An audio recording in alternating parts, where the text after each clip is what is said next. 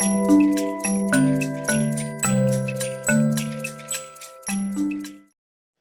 everyone, I'm Brian Kleiner, Head of Data Services at FORCE, Swiss Center of Expertise in the Social Sciences here in Lausanne. I'm joined for this webinar by my colleagues Alexandra Stam and Michel Ernst-Sterli from FORCE and Lynn Merete Rod from Bergen, Norway at NSD. They will each introduce themselves before their presentations. Today's webinar is conducted as part of the CERIS project. In case you haven't heard of CERIS, this is a 4-year Horizon 2020 cluster project that brings together various European research infrastructures, including the ESS, SHARE, and CESTA, in order to improve methodologies and tools for large-scale cross-national surveys. This webinar will be about data management for archiving and sharing survey data. Many survey researchers are thinking seriously about how they might share their data, but they don't know exactly how to go about it. The program today will address some of these concerns, covering areas of data management as they relate to data archiving and sharing with both general principles and concrete examples. After a brief background section on funders and journals requirements and data management, we will have presentations on 3 domains of data management that are particularly relevant to archiving and sharing: informed consent, documentation, and anonymization. A final section will cover questions about how to choose and work with the data archive in order to share your data. During the webinar, feel free to send your questions or comments by chat, and at the end we will try to respond with the time that is left. So let me begin with something on background. By the way, if you're having any technical difficulties or trouble hearing, just send a message in the chat and we'll see what we can do. Okay, so an important change that we've seen in recent years has been an intensified pressure on researchers to make their work more transparent in various ways. This has been amplified by stories in the media of cases of fraud, for example. More and more researchers are expected to reveal how they conducted their studies before their research can be validated by the scientific community. Related to this, they're expected to show how they came to their conclusions and to make available all the data and documentation needed to replicate their results. Similarly, but for other reasons, researchers are increasingly expected to make their data available so that these can be reused to address new research questions. This is especially the case with data from projects that are publicly funded. While researchers have always shared their data, at least with those within their networks, the new model, it seems, is rather making one's data available to the entire research community, even if there may be conditions attached to this. And this new model is largely driven in a top-down fashion, with research funders and journals demanding certain open science practices and imposing certain requirements. Within the European context, many funders are strengthening their open science policies by requiring data management plans to be submitted along with grant proposals. Funding agencies go further by requiring the deposit and sharing of data in a trusted archive or repository. In Switzerland, the requirement is that data be placed in a FAIR repository. Some academic journals are also starting to impose certain requirements, including the deposit of data used in publications, as well as any syntaxes or documentation needed to reproduce the findings. But these new requirements are causing particular challenges, since existing research infrastructure is generally inadequate and not adapted to them. First, there are still, at least in Europe, very few university repositories where researchers can safely deposit and store their data for the long term. Also, universities are still behind in providing the data management services that researchers need in order to be able to share their data. Plus, while more and more journals are asking researchers to make their data available, the journals themselves are usually not equipped to provide solutions for long-term preservation. And while there are some online storage services, these don't generally guarantee long-term preservation. What is little known among researchers is that there's a long tradition now of data archiving and a wide range of services for researchers offered by professional archiving institutions in Europe and elsewhere, but we will come back to this later. From the researcher's perspective, these requirements and increased pressure to share data are beginning to lead to some changes. Some researchers are thinking or rethinking their relation to their own data, starting to view them more as a public good instead of as a private treasure, and also as a means of gaining visibility for their network and for extending their networks. Also, they're rethinking their own practices with respect to the requirements, especially how they manage their data and conduct their research with an eye on future use of the data after their projects are over. Making one's data available to others also requires reflection on various ethical and data protection issues. How can you give access to your data in a way that protects the ethical and legal requirements to study respondents? Open science isn't ideal, but it has to be balanced with protection of respondent confidentiality. Since data management is still generally not taught in most social science degree programs, researchers often lack the skills and knowledge for how to do this. So they need support, training, and solutions that can help them to do what is needed to make their data available. Last, many researchers are considering sharing their data through a data archive. At the end of this webinar, we will address the topic of how to go about doing this. What I'd like to note for now is that archiving and sharing one's data depends on a few key conditions, including sufficient documentation, informed consent, and anonymization. Good data management skills in general are also important for good research and for producing high-quality data. And now I'd like to turn it over to Alexandra, who will say a little bit about data management.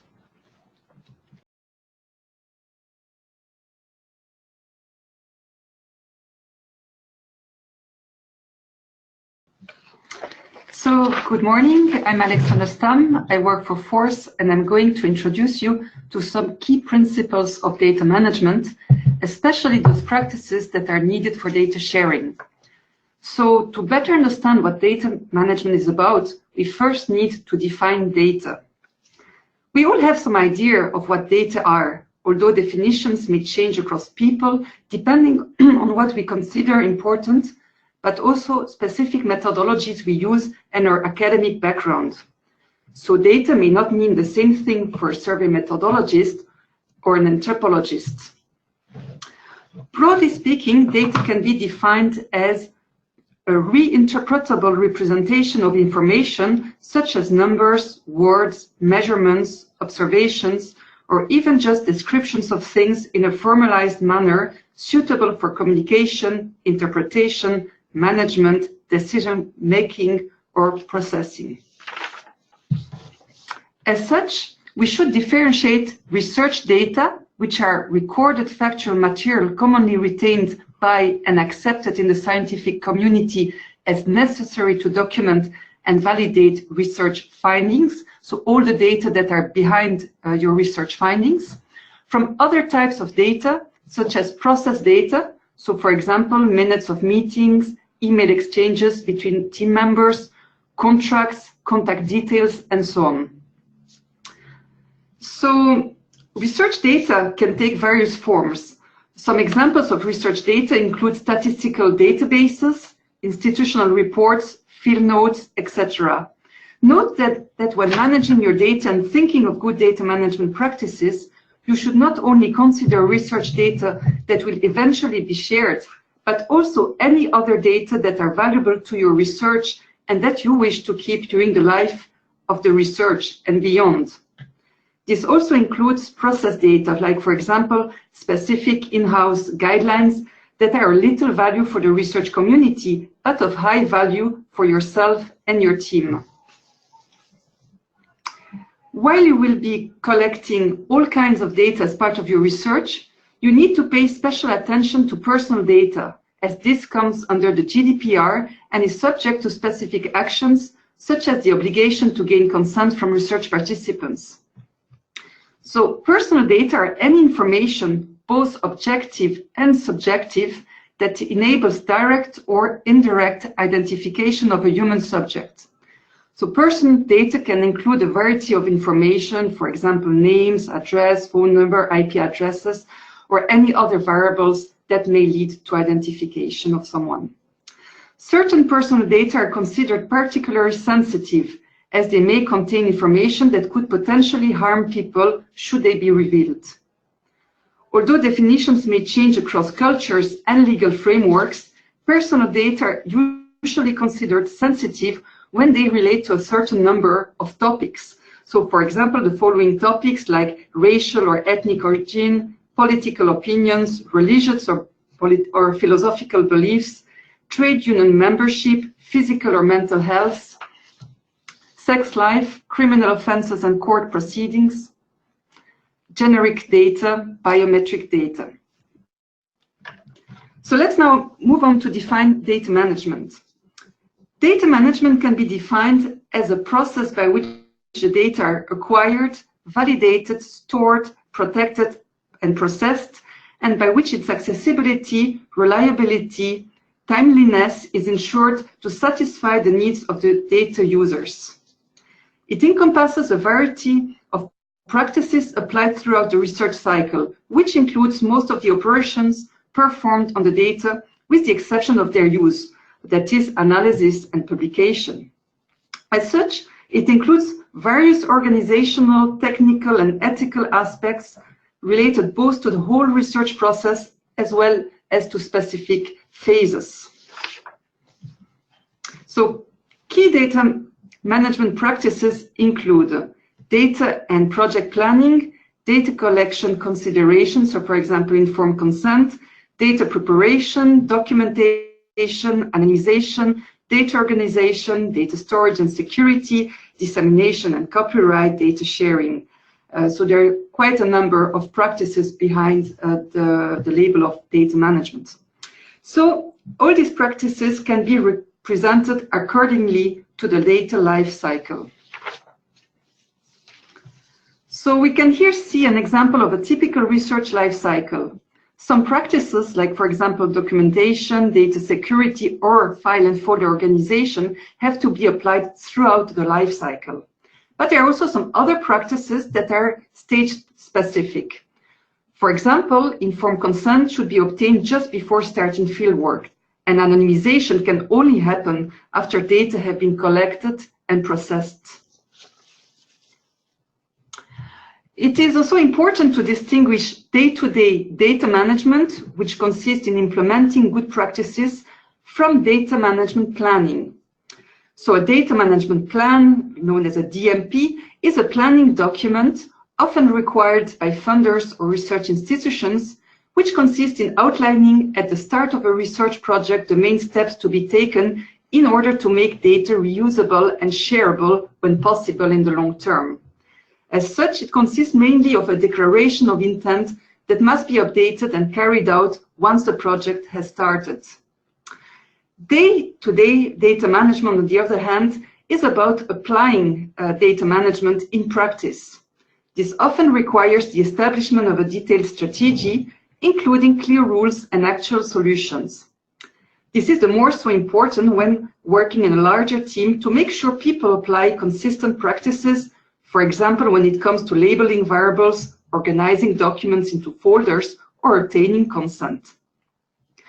While data management practices are numerous, we have decided in this webinar to focus on 3 practices that are central to data sharing and that provide some insights from a practical point of view, hence day-to-day data management. So we will be focusing, as Brian explained earlier on informed consent, documentation, and anonymization. So I will now briefly present a few general principles about gaining consent. Our colleague from the NSD, Lynn Merette, will then say a few words about legal requirements, in particular the GDPR requirement of transparency, and we'll present a case study of the ESS. So first big question is, what is informed consent? So informed consent is the process by which a researcher discloses appropriate information about the research so that the participant make a voluntary, informed choice to accept or refuse to cooperate. Gaining consent must take into account any immediate or future uses of the data. It is therefore about agreeing to take part in the actual research project, but also agreeing with future users of the data, including data sharing. Gaining consent is a requirement under the GDPR when personal data are collected or processed. So to obtain consent, you should inform participants about the purpose of the research, discuss what will happen to their contribution, so including the future archiving and sharing of their data, indicate the steps that will be taken to safeguard their anonymity and confidentiality, outline their right to withdraw from the research. It is important for consent to be freely given, informed, unambiguous, and specific. This means that enough information should be provided, which is usually done by way of an information sheet, and the procedure for getting consents needs to be tailored to the research project. So information sheets play an important role in gaining a participant's informed consent to take part in a research project. They help provide participants with the background information which is necessary to make an informed decision about whether to take part in the research project. A GDPR compliant information sheet addresses the following topics: the purpose of the research, what is involved in participating in the research, the benefits and risks of participating in the research, details of the research, so for example, funding source, sponsoring institution, name of the project, contact details, and so on, the procedures for withdrawing from the research project, the planned usage of the data during the research, dissemination, storage, publishing, and archiving of the data, the strategies for assuring ethical use of the data, and the procedures for safeguarding personal information, maintaining confidentiality, and anonymizing data, particularly in relation to archiving, sharing, and reuse. How you will be seeking consent depends on your project. First, consent may be written or oral. The law is usually not specific, and consent may be collected in a written or verbal way, preferably recorded, as the GDPR requires that researchers document consent. Depending on your project, you may favor one or the other way. For example, in some cases, signing a form may be off-putting and you may favor oral consent. In other cases, it may be easier to express things in a written way. Whatever way you choose, it's essential that you make sure participants understand the issues, and therefore you should pay special attention to the wording and be able to adapt it to your audience. Second, consent may be asked at different moments in time. You may, for example, want to ask a first consent for participation in a study right at the beginning of the survey, and then consent for sharing the data at the end of the survey, after people have answered the questions and know exactly what questions were asked. If your study covers a number of interviews, repeated interviews, or multiple methods of data collection, then you may ask for consent again at each step. So I will now hand over to Lynn Marette for more insights on the legal basis behind consent, as well as a practical illustration based on the ESS. Hello, everybody. My name is Lynn Marette, and I'm from the European Social Survey Data Archive at MSD. And I will talk about consent in the ESS. First, I will shortly present the GDPR's principle of transparency, the information duty, and some available legal basis within research and archiving. Then I will talk about the legal basis of the ESS, discuss ethical versus legal consent, and present the information brochure that the ESS provides to its target respondents. Transparency is one of the fundamental principles of the GDPR. Personal data is to be processed in a transparent manner in relation to the data subject. And that is a person whose personal data is being collected, held, or processed.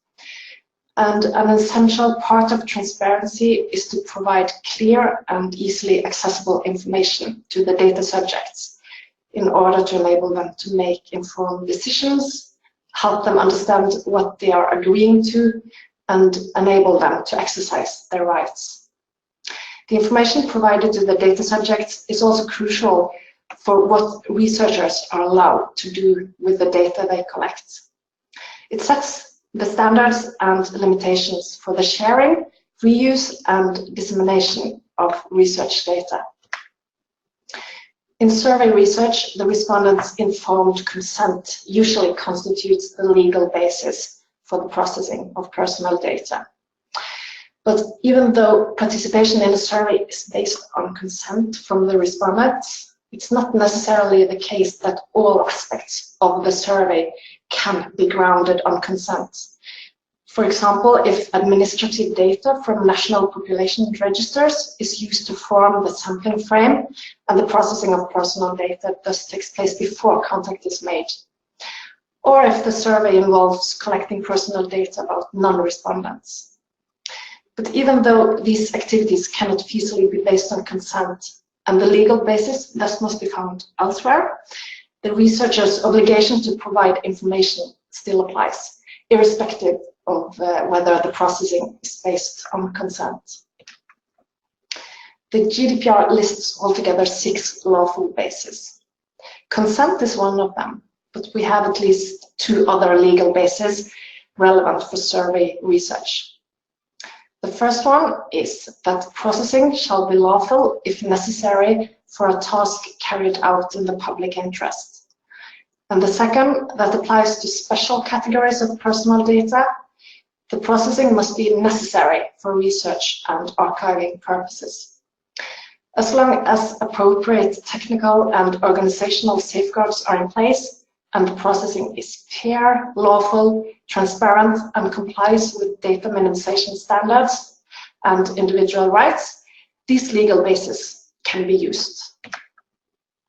And with this legal introduction as a backdrop, I will move on to explain how the ESS solves the balance between research and privacy interests when it comes to providing information to the data subjects and the legal basis for processing personal data. The ESS is an academically driven cross-national survey that has been conducted across Europe since 2001. And every 2 years, face-to-face interviews are conducted with newly selected cross-sectional samples. And the survey measures the attitudes, beliefs, and behavior patterns in more than 30 nations. And the legal basis of ESS is not consent, but as I described in the previous slides, it's undertaken as a task in the public interest, necessary for research and archiving purposes. And here you can see a listing of the main aims of the ESS that constitutes the arguments behind these legal bases. By all practical means and by ethical standards, the respondents are consenting to participate, since responding to the ESS is of course completely voluntary. And also the data subjects' individual rights are intact and appropriate safeguards are in place. But in the legal sense, the ESS is conducted on the basis of public interest and research purposes. And it might be of interest to mention that the choice of legal basis partially is related to concerns around potential negative response rates if the respondents were to sign a consent form for ESS to comply with the obligation to be able to demonstrate consent. But anyhow, to base ESS on public interest and research purposes are both recommended and approved by the UK Information Commission's Office, the ICO. The ESS has worked out a two-page information brochure containing a harmonized data protection statement that must be given to the target respondents. It includes, for example, what participation and non-participation involves, how the collected data are handled, and who to contact. And I will now explain and illustrate the different sections of the brochure.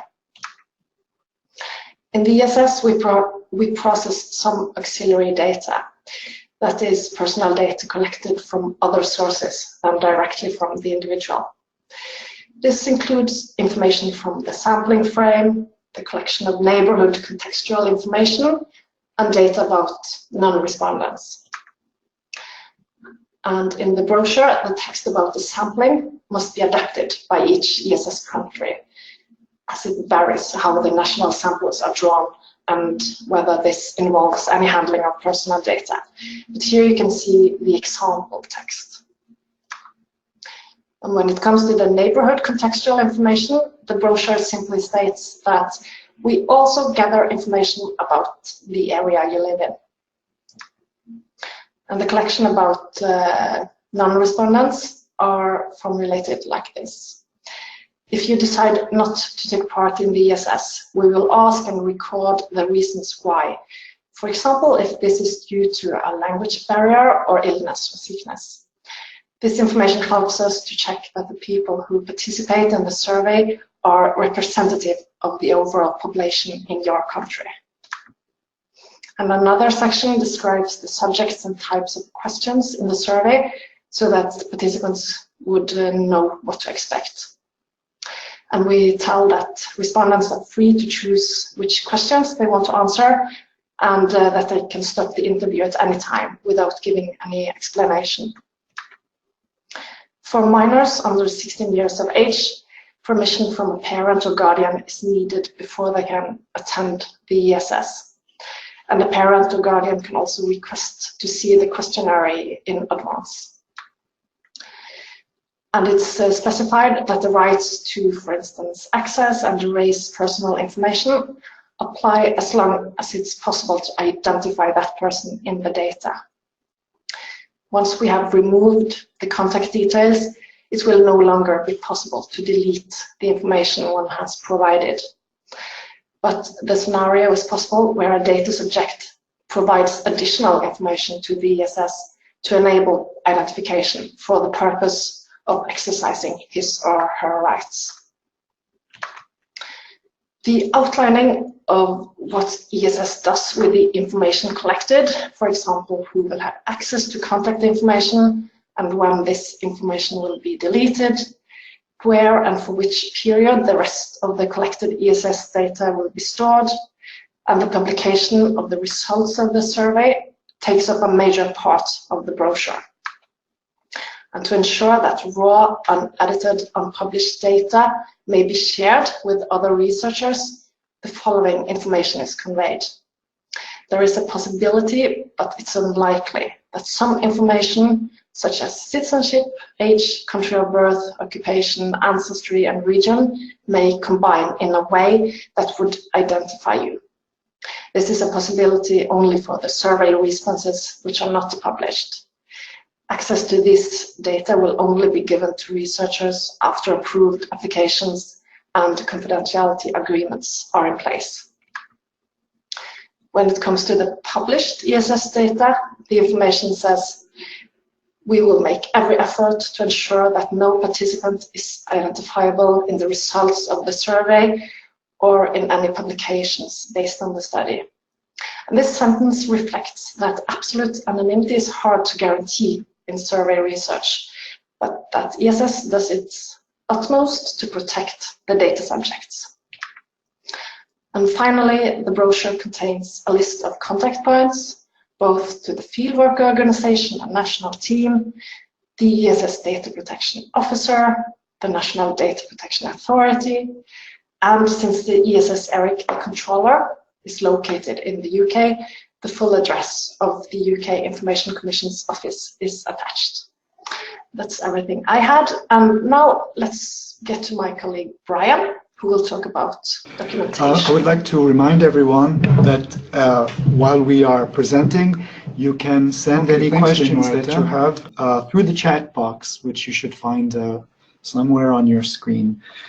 So the next session is on the topic of documentation, which with emphasis on the documentation of large-scale survey data. We'll cover some of the general principles, but won't go too far into the details. But then Michel will present a concrete case of how documentation is carried out by the Swiss national team of the European Social Survey. First, what is documentation? We define it as any information that serves as a record of a research project and that renders data usable and meaningful.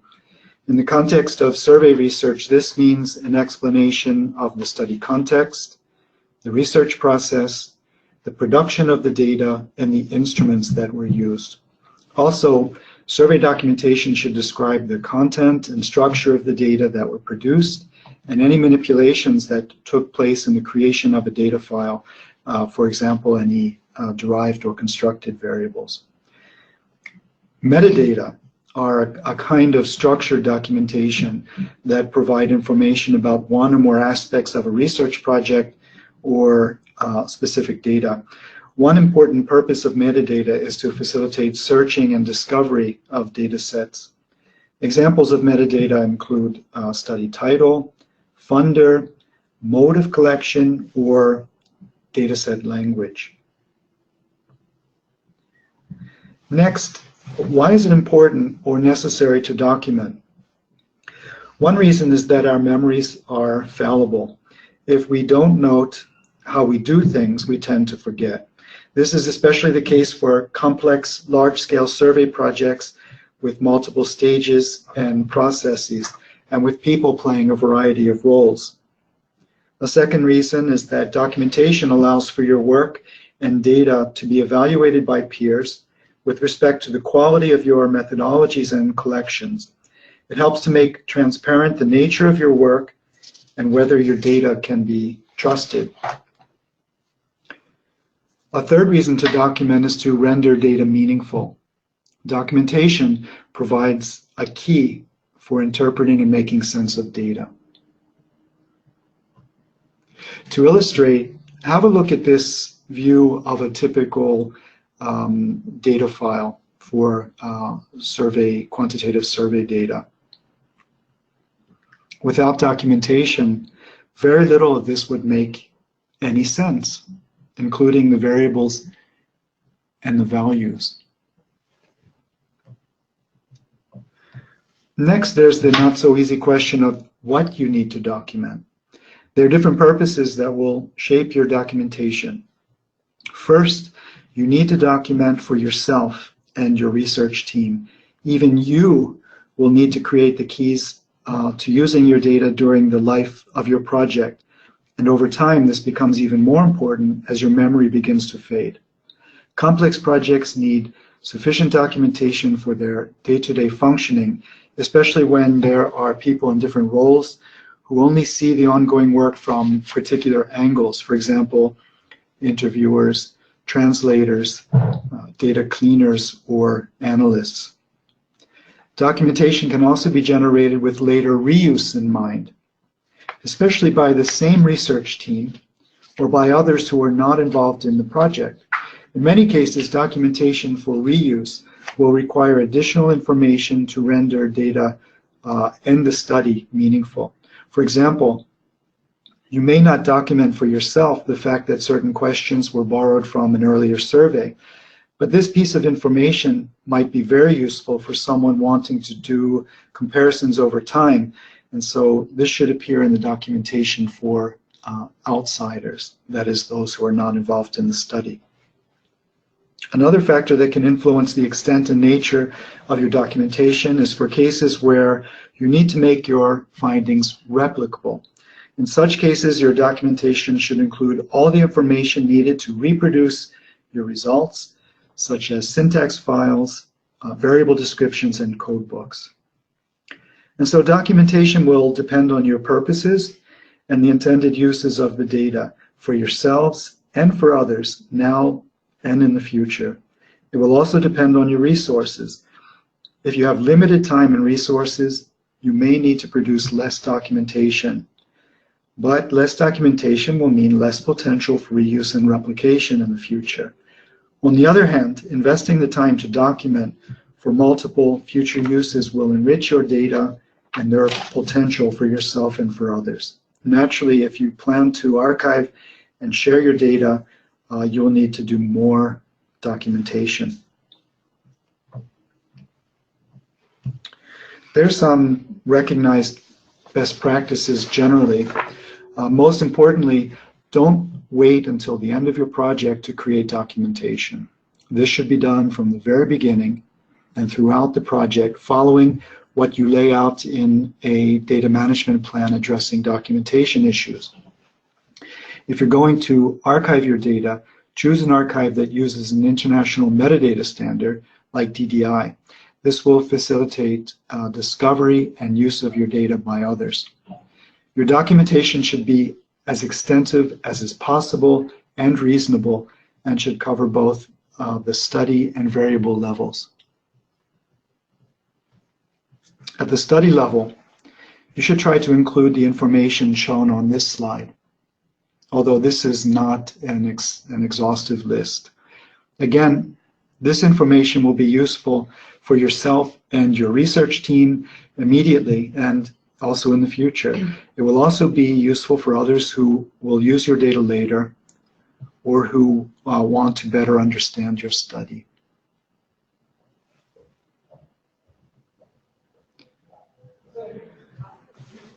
For survey data, variable level documentation should include at least names, labels, and descriptions of variables, response category values, explanation of codes and classification schemes, missing value codes, information on derived variables, and weighting variables with instructions on their use.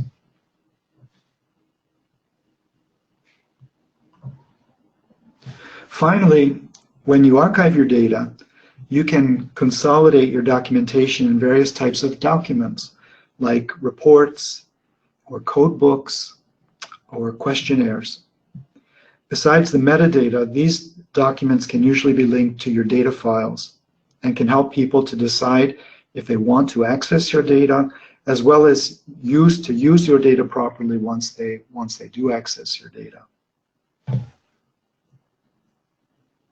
So now I'd like to turn it over to Michel to give a concrete example of documentation in the European Social Survey.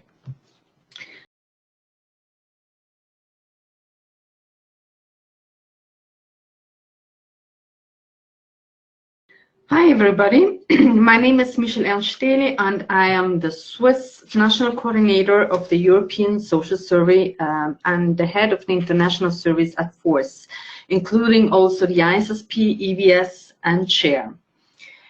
I will tell you how we document the ESS in Switzerland. As you know, the ESS is run in over 30 countries, and every country is doing it a little bit on its own way. But the ESS gives detailed guidance to each country on what and how to document.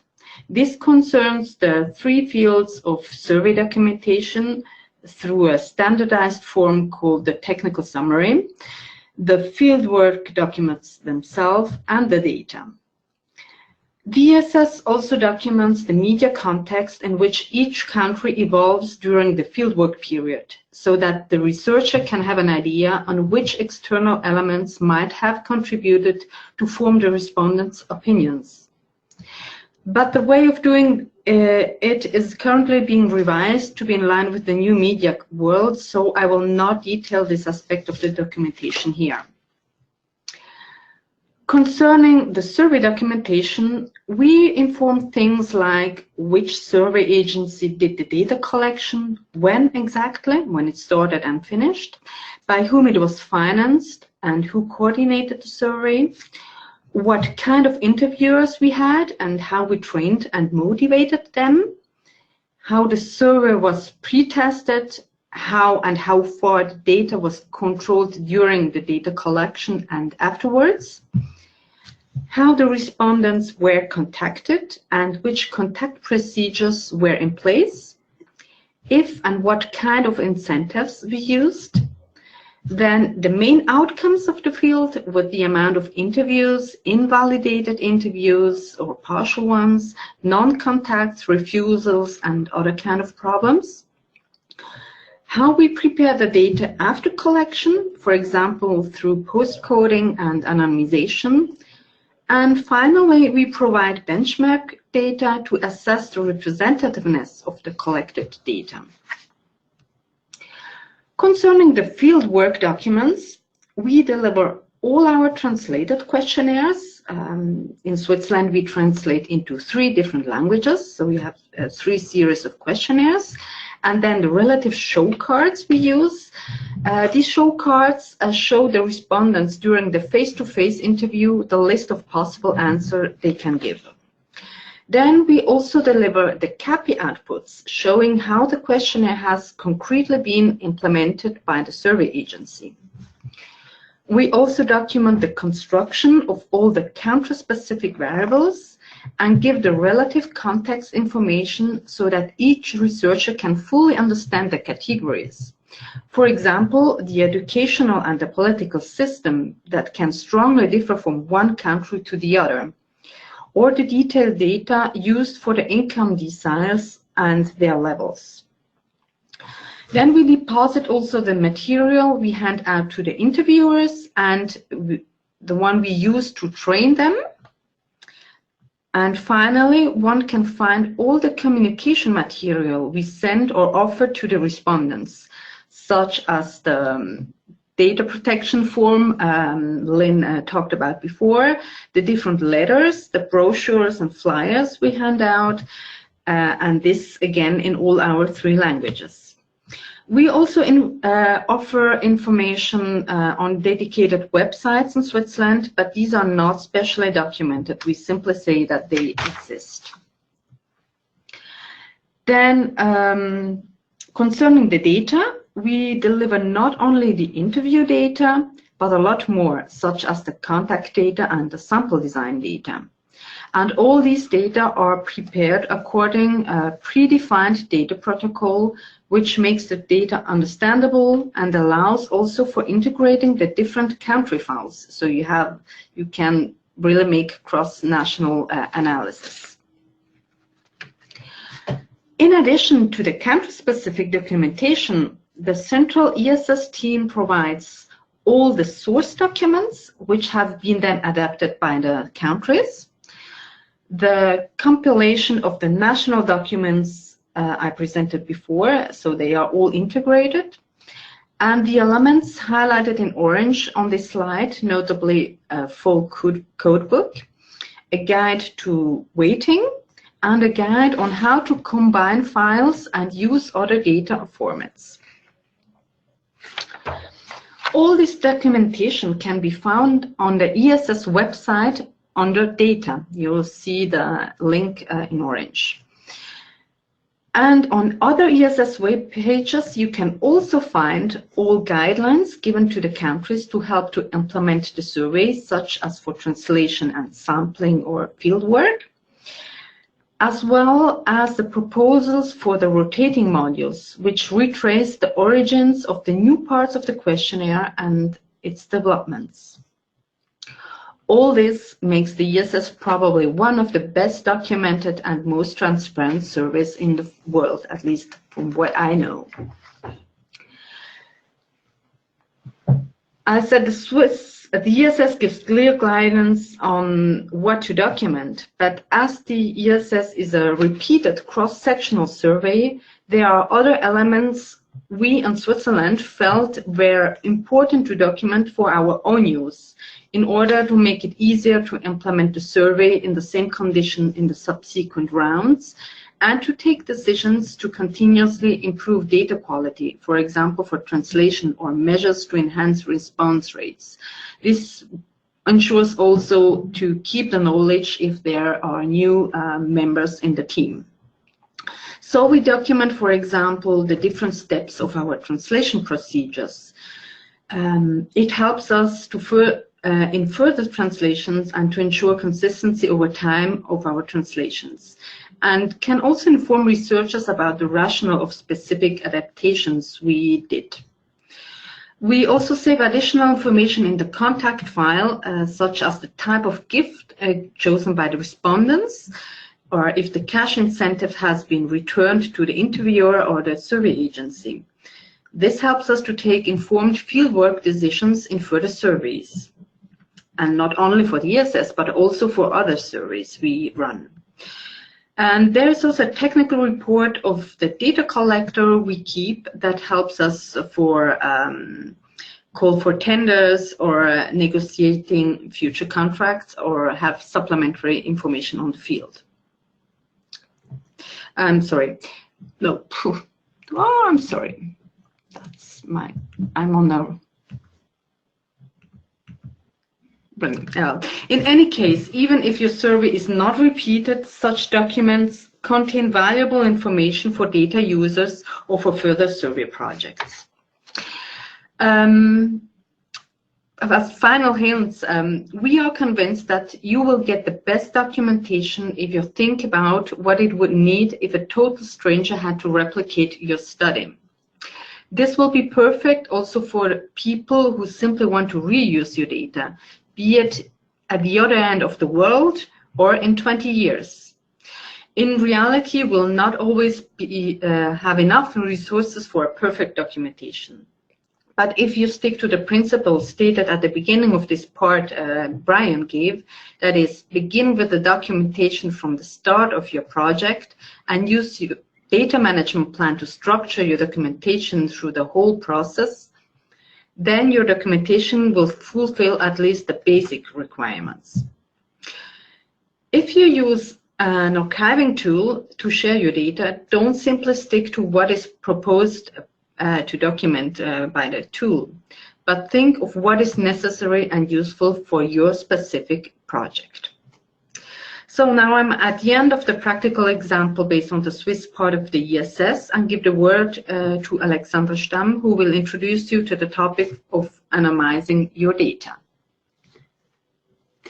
Okay, so hello again. So I'm now going to say a few theoretical words about anonymization, and then Michel will give another illustration, a practical illustration based on the ESS.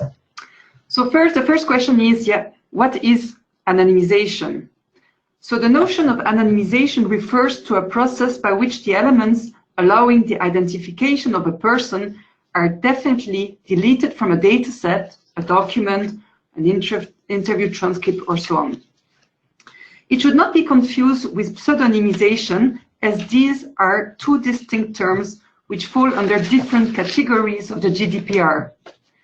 Whereas anonymization irreversibly destroys any way of identifying the data subject, in theory, pseudonymization allows one to re-identify the data subject with additional information.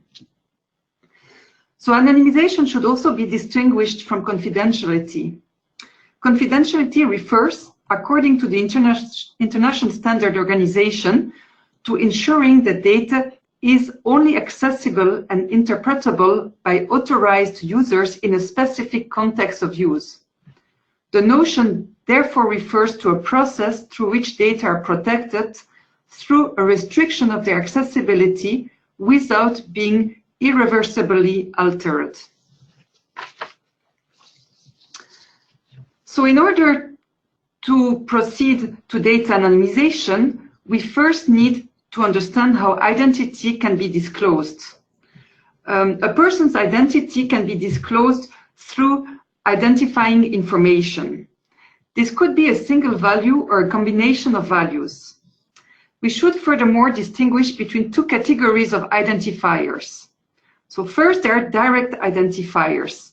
This is information that directly identifies people. Take, for example, a full name, an address, phone number, or an ID. It will tell you straight away who the person is. And then we have what we call indirect identifiers. This is information which, considered jointly, may lead to the identification of someone. Consider, for example, gender. On its own, it does not reveal someone's identity. But then you add variables, for example, where someone lives, their age, profession, or so on. And the more you add, the more elevated the risk that someone can be identified, especially if the variables contain very precise or outstanding values. So, for example, a very old person or so on. So here's a little illustration of direct and indirect identifiers. In dark red, you can see the social security number, which is a direct identifier. It leads you straight to the person. Then, in lighter red, you have a unique combination of indirect identifiers. It concerns a politician who is more than 50 years old, lives in a small town, and earns a very high salary. There's only one person with such a profile. So in the Swiss context, if you tell this to people, they will very likely know who we are referring to. And then finally, in orange, you can see rare combinations of indirect identifiers. Take, for example, a female surgeon who is more than 55 years old and lives in a small town in Switzerland. There are only likely a few people with such characteristics. So it really kind of narrows it down to a few people, making it easy to find out who that person is.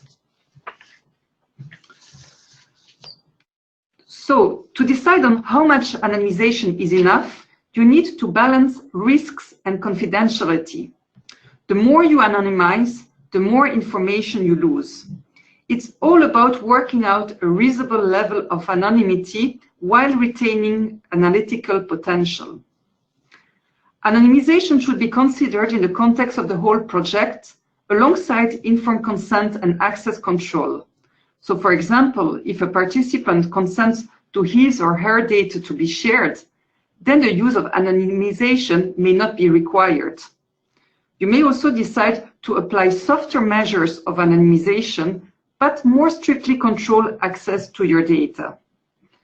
Remember also that reusers of data have the same legal and ethical obligation as primary users not to disclose confidential information. So, the best way to protect your participants' privacy may be to not collect certain identifiable information at all. However, if you need such information for your research, then you need to apply a number of techniques to anonymize your data. For example, you can remove direct identifiers, so for example, name, address, institutions, and so on. If necessary, limit the number of identifying variables, reduce the precision detail of a variable through aggregation and or rounding, so you don't need to supply the full birth date, for example, you could just have the year, and so on. You can restrict upper and or lower ranges of a variable to hide outliers. So, for example, income or age, if there's are very high incomes or very low incomes, you can just kind of make categories. You can combine variables. So, for example, create a non-disclosive rural-urban variable from place variables. You can alter values, so substitute values or suppress values. You can also generalize the meaning of detailed text variables, like, for example, occupational expertise. You don't need to provide the full occupation, but kind of make categories out of it. And also some important point is to be very careful with open text data and always replace names with pseudonyms. So to make this all more concrete, I will hand over back to Michelle, who will tell you how anonymization is carried out within the ESS. Yeah, hi, here I'm back again, Michelle, the Swiss NC. Of DSS, I'm sorry, until 2017, DSS requested each country to make sure that their data were anonymized in accordance with the National Data Protection Regulation or the EU regulation. The principle to follow was to make sure that the ESS data files embody as much information as possible and still comply with the demands of confidentiality, even when combining interview and contact files. It was mainly led up to the countries on how to achieve this goal. The general guidance was not to use respondents' identification numbers that make it possible to identify the respondent, such as direct identifiers, or that allow recognition of a geographical area with a small population. Then to not use interviewer identification number that make it possible to identify them, or their regional area with a small population, nor to use the same number as in previous edition of the surveys, so that you could retrace them from one edition to another. Then to check the geographical variables that they cover areas of large populations only, and that the confidentiality is not violated when combining factual information of the respondents, as Alexandra just showed. But this depends on the population characteristics of the country and its regions and has therefore to be assessed at the country level. The ESS recommended to use anonymization techniques such as rounding, substitution, and self-suppression, but without giving more details. The main rule to follow was to minimize data loss when anonymizing. For example, rather round or substitute data than suppress information. Regarding the risk of disclosure, this is what we concretely do in Switzerland. When assessing the risk of disclosure, meaning that specific profiles could be rare in the population, that people could be so rare that they could be identified, we look especially at big households, because having many children is rare in Switzerland, or rare and exposed occupations, such as a general director of the unique big company in a region or a political position, and rare combinations of origins. The ESS includes indeed detailed information about nationalities, place of birth, and languages spoken. We cross this information looking at each exposed case, like in the example given previously, and we gauge if the case might be identifiable in the Swiss population on the regional level. For most combinations, there do not exist population data confirming that these cases are indeed unique or rare. For example, we do not know how many people live in Switzerland, being born in Finland, and having parents from Botswana and the USA, if we have such a case in our data file. For such cases, we rather rely on general information and on our own knowledge about the population. If we feel there is a disclosure risk, we intervene on data, but as little as possible. In any case, the eventual modification are done on single cases only. For example, we would not suppress one digit on the occupation code on the whole sample. If we would do it only on the specific exposed case. In case of an identifiable big household, we would change the sex or year of birth of one or two children, but without changing the child of being in preschool, school, or minor age. In this way, we would not harm the analysis, but raise doubts about the identity of the respondent. In case of exposed occupations, we generalize the occupation, routing the ISCO code by taking off a digit, or slightly change another occupational information. For example, modify the size of the company without changing the category. A big company should stay a big company. This means that we seek for the modification that takes off least information. And in case of unusual combination of origins, we substitute one of the information by a close country or language, possibly concerning the parents rather than the respondent, in order to preserve the essential information for the researchers.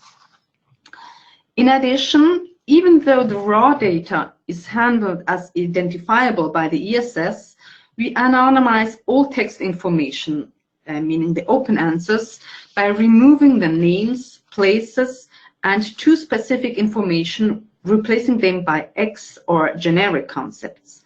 For example, we would write chemical industry instead of the name of the company, or handicap instead of a very specific problem explained by the respondent.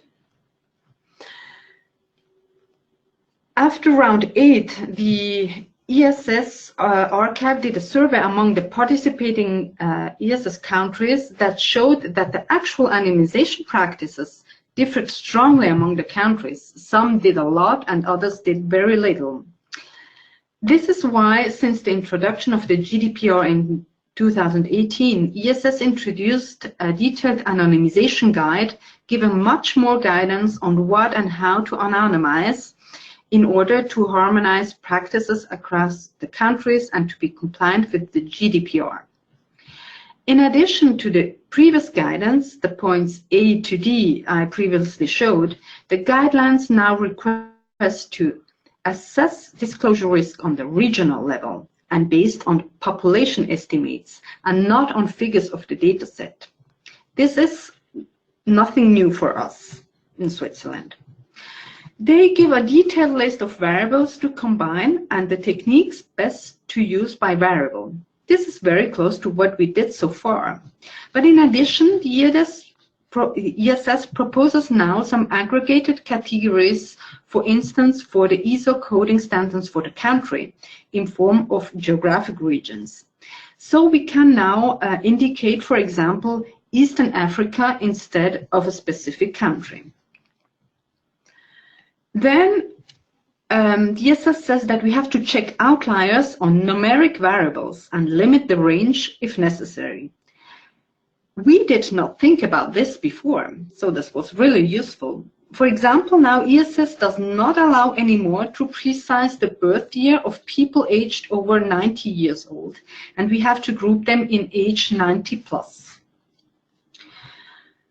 The guidelines also explain with which techniques to anonymize. We have already given examples before and list them here just for your information. The countries then have to confirm in the technical summary that they have checked and amended their data according to these guidelines. The countries are free to apply additional anonymization, but have to document it properly by giving a list of edited variables and applied techniques. And the last hint, in case you wonder, it is only on factual information that we anonymize. So don't ever intervene in attitudinal variables for anonymization purposes. If, for example, you feel that a respondent is identifiable through its extreme opinions, for example, political opinions, substitute an element among its factual information and not on its attitudes. So you can raise the doubt that it was indeed the respondents you were thinking about. So this part on anonymization is concluded with this example of the ESS in Switzerland. Thank you for your attention. Brian Kleiner will now continue with the final part of this webinar before we open the floor for your questions. Okay, so this last session will be about data archiving and data sharing and some considerations and options in case you are a researcher who is thinking about perhaps depositing your data at a data archive. So first, what do archives do and what do they offer? At a minimum, archives offer long-term preservation of your data. You are assured that your data will remain safe secured, backed up, and readable in the future. Most archives do quality control checks of the data, and they make sure that the documentation is sufficient and corresponds to the data. Most archives offer online public catalogs so that people can search for and discover data in their collections. The data are structured and described with metadata so that they can be found using appropriate search terms and filters. Digital data archives for the social sciences usually offer dissemination services so that interested researchers can gain access to your data and make use of them. At the same time, they work with you to define the conditions of access to your data. So, for example, you might decide that only accredited researchers can access your data for research purposes, but not for teaching, that your data can only be made public after an embargo period, according to your own preference, or even that your data cannot be accessed without your prior approval on a case-by-case basis. Since some funders now require that, that you deposit your data in a fair repository, this may be one of your criteria when choosing an archive. Most professional data archives for the social sciences are compatible with the FAIR principles, that is, findable, accessible, interoperable, and reusable. They also attribute persistent identifiers to your data sets, which ensures that your data will always be findable. When choosing an archive, you should also consider how the archive will maximize the visibility of your study and your data. A recognized archive with a bigger collection will increase the likelihood that your data will be discovered and reused. Archives also offer standardized data citations that users can reference in their publications, recognizing your work. Also, try to choose an archive that you trust and that has a good reputation. In some cases, archives have established their credibility as trusted digital repositories by obtaining certifications like the Core Trust Seal or ISO 16363. Try to choose an archive that has archivists with content expertise who can evaluate your files and documentation and make sure that they are clean and complete. Self-archiving systems with few controls and little human intervention are less reliable and generally offer a poor service. With respect to accessibility, choose an archive that allows you to determine to some extent the conditions of access to your data. This way you can be more at ease with how people are accessing and using your data. Last, choose an archive that allows you to keep the intellectual property of your data. You should always be the owner of your data, now and in the future. So there are different options in choosing an archive or repository. You might first see with your university or institution if there is a repository available to you. Remember that you will need long-term preservation and not just temporary storage, and make sure that this solution corresponds to your needs, especially in terms of funder or journal requirements.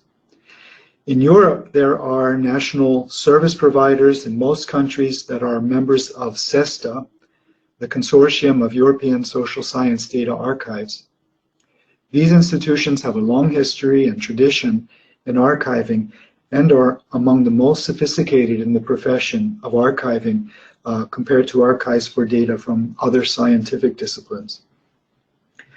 If you work for a cross-national survey or a large-scale national survey, it might be that there is an archive dedicated to your survey data. An advantage of this is that the documentation will likely be excellent. On the other hand, the data will probably be more isolated and siloed, and so may not be easily discovered. There are some online solutions where you can deposit your data like Dataverse or Figshare, These might address your needs, but you should be aware that of where your data are stored, that is, on which servers in which country, and to what extent these can promise long-term preservation.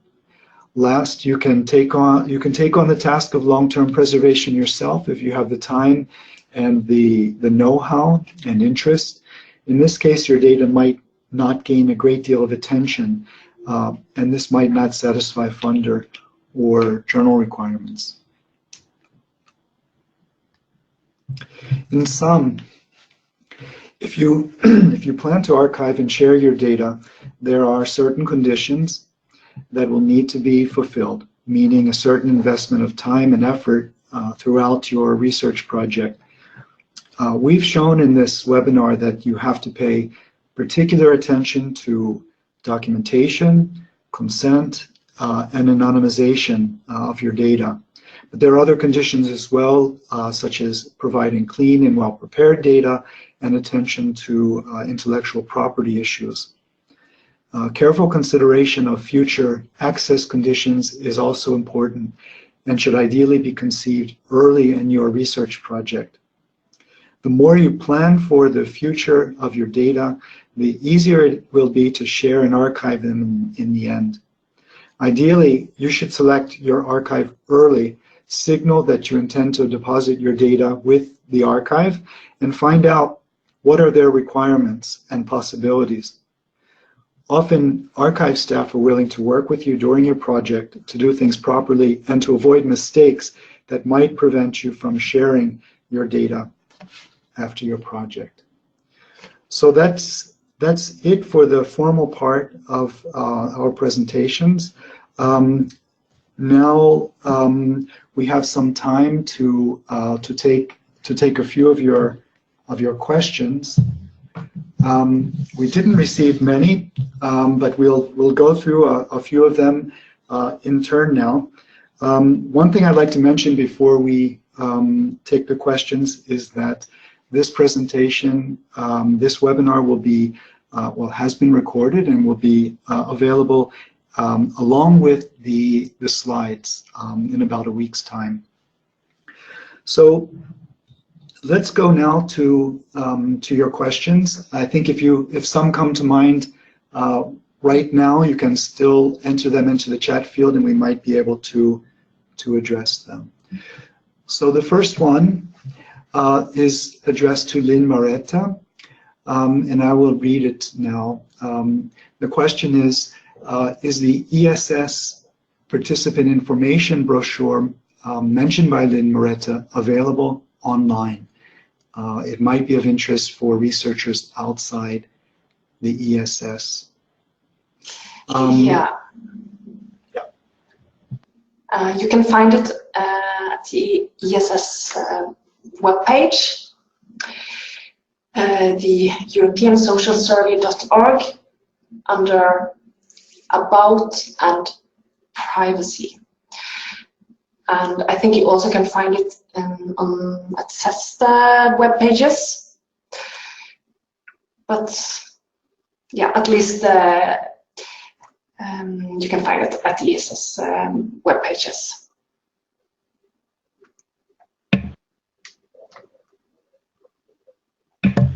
Okay, thank you. We have a few more questions regarding consent. Maybe we could ask Alexandra for this one. Is it okay to use deception when gaining consent? Well, yes, it's allowed for research purposes. You are not obliged to straight away tell the truth to participants, but you have to tell them as soon as possible the truth and why you have been collecting the data. So you cannot use the data if you have not afterwards come back to the participants and told them actually why, what was really the purpose of your research, and if they still agree for their data to be used. So, sweet. Mm-hmm. Okay, and one more maybe for Alexandra on consent. Do you recommend asking for informed consent for a survey at the beginning or after the interview? Well, it all depends of the survey and the methodology. I would tend to like ask a first consent at the start for people to take part in the study, and so yeah, like explain about the study and get them to take part in it. And then after they have answered the survey or taken part in the interview, to ask them whether they would agree for that data to be shared with other people, because I feel like in that case, they know what they have been asked for exactly, they know what they answered, and it's easier for themselves to make a judgment about it. So this would be my approach, but then it all depends on the research and whether this is feasible or not, and so on. Okay, perhaps another question for Lynn Moretta regarding the ESS and how consent is obtained. And the question is, are there many who object to processing or ask you to delete their data? No, recently I think there are very few that have been asking for deletion of their data. We are not done with the fieldwork yet for all countries, so there could be more to come, but there hasn't been a thing at all. If anyone, there are really a few people who have done this. Okay, there's another question for Lynn Moretta on consent in the ESS. The question is, does the GDPR operate with 16 years of age as an age limit for surveys like the ESS? No, it doesn't. Actually, the GDPR doesn't say anything about legal age for survey these types. So it's up to the national laws, actually, and national practice. So it varies. Typically, it varies from 13 perhaps up to 16, maybe even 18, but I guess that's really not very often it's 18. But it varies from country to country. The GDPR doesn't say anything specific about age limits. Okay, thank you. Here's another question. How important is it to share the results of a survey with the participants? How important is it to share the results of a survey with the participants? Michelle, would you like to answer? I'm not sure about the question.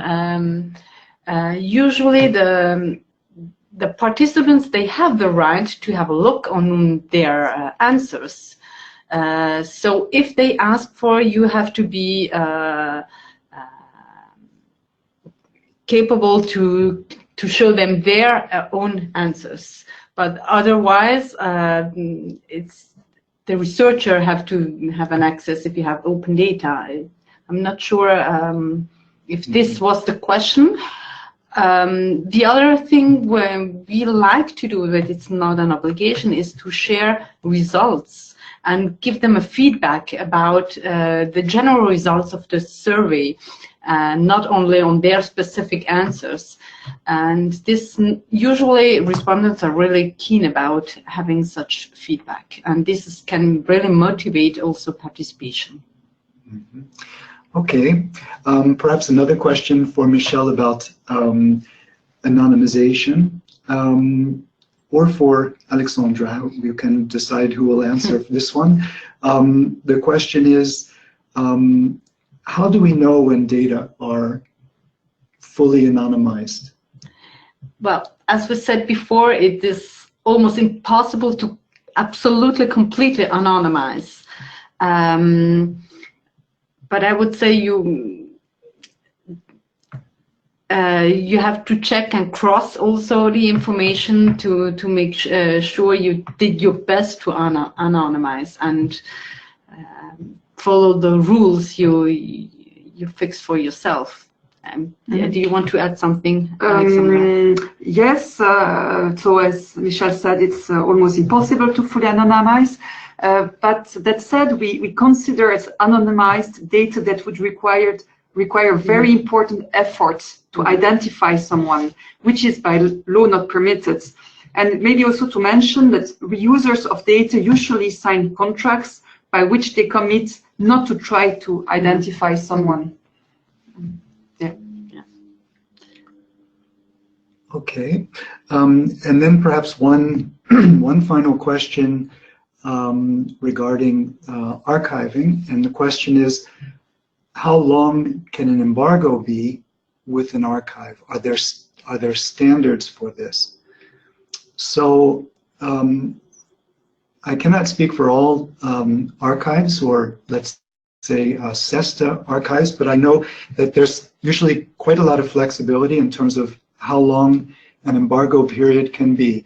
So just to clarify again, an embargo would be if you're a researcher and you want to deposit your data, but you don't want your data to be made public or accessible until after you have finished with your publications and your use of the data.